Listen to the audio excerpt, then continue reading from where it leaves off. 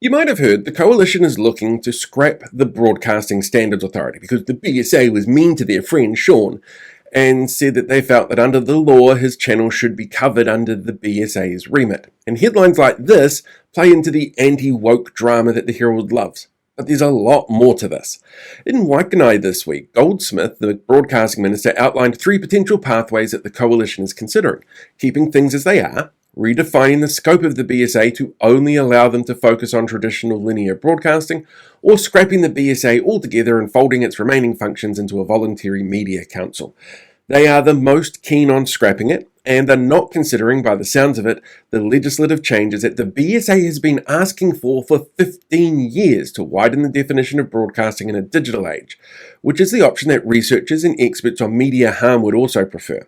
And that's because the proposed changes benefit specific groups that researchers know are problematic, like alternative media platforms like The Platform and Reality Check Radio. Removing the BSA or creating a voluntary performative media council, it removes the risk for them that they're going to be held accountable for breaching traditional standards of balance and accuracy.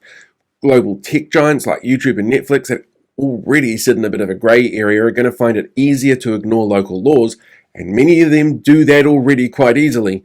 For commercial broadcasters, the compliance costs come down and the risk of a punitive action happening for breaching the rules disappears. And political interest groups can dominate airwaves with one-sided narratives without concerns about corrections. It's a world where the Jordan Williams stable of AstroTurfs suddenly can say and do what they really want without pretending to wear a mask of civility like we see when Hobson's Pledge has meltdowns around iwi representation on council committees and the Free Speech Union bring in people who helped on the Epstein defense or anti-trans campaigners to, just get people talking. A media landscape where suddenly the dog whistle sounds like a regular whistle is what the future holds. Research shows that these kind of changes end up creating a vacuum of protections for the general public from racism, sexism, disinformation, misinformation, bigotry, othering, and violent rhetoric. And we know from previous research from Victoria University that in terms of political parties, the ones most likely to spread disinformation fall on the right side of the political spectrum.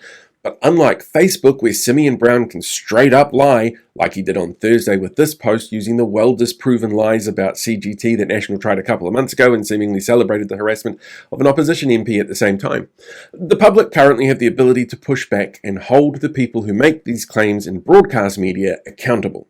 So, the removal or filing of the BSA into a media council would benefit the right-wing political parties more than the left.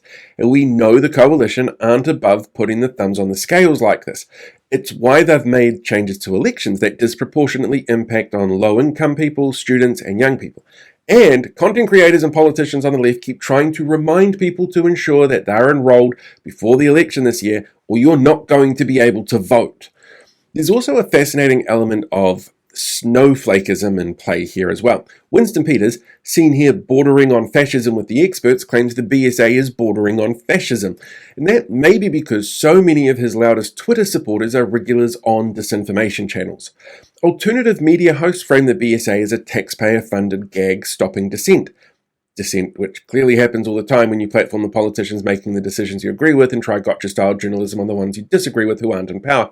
The reality, though, is that there are more complaints currently filed with the BSA against right-wing media, but not more upheld against them. Newstalk ZB has a high volume of complaints focusing on political bias and offensive language, but it actually has a really low rate of complaints upheld because it's platforming opinions being broadcast. It's not always framed as news. They talk about the news, and a lot of people mix that up with the actual news. While RNZ and TVNZ receive complaints around fairness and accuracy, and these get scrutinised for strict impartiality, but only occasionally get upheld for technical reporting errors. In 2023 to 2024, the BSA reported 60% of all complaints were around accuracy, and less than 5% were found to be in breach of the rules, which shows that the BSA actually acts as a buffer against partisan-motivated attacks on media outlets. And BSA data shows that talk radio receives the highest volume of complaints over state broadcasters, and those complaints are for different things: accuracy and balance for state broadcasters, discrimination and denigration for talk radio. Basically, we as an audience want our state broadcasters to be accurate, and we get sick of talkback platforming voices we see as belonging to dickheads.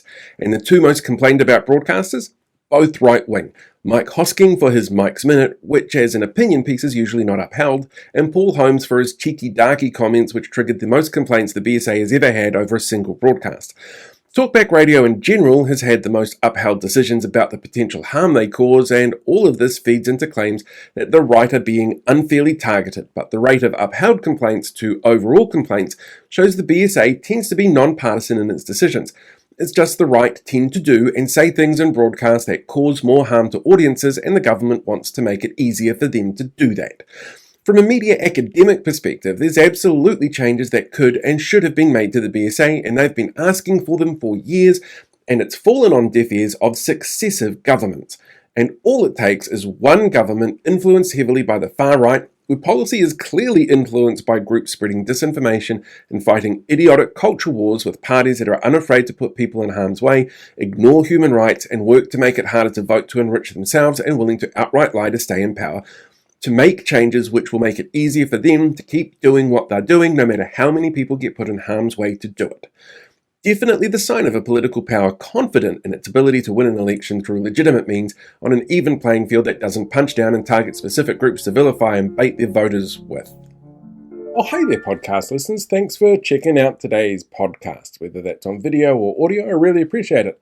And I did finally get around to doing a podcast end tag, which I've been meaning to do for a while instead of just taking you onto the Facebook version. So while you're here, why not hit that subscribe button so that you can get updates coming in directly every time there's a new episode uploaded.